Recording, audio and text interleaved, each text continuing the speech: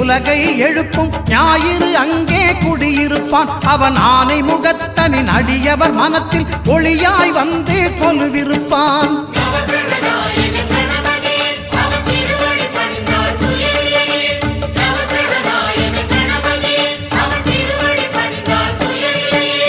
ஒன்பது கோளும் ஒன்றாய் காண அங்கு கற்பகம் என்னும் கடவுளின் மெய்யில்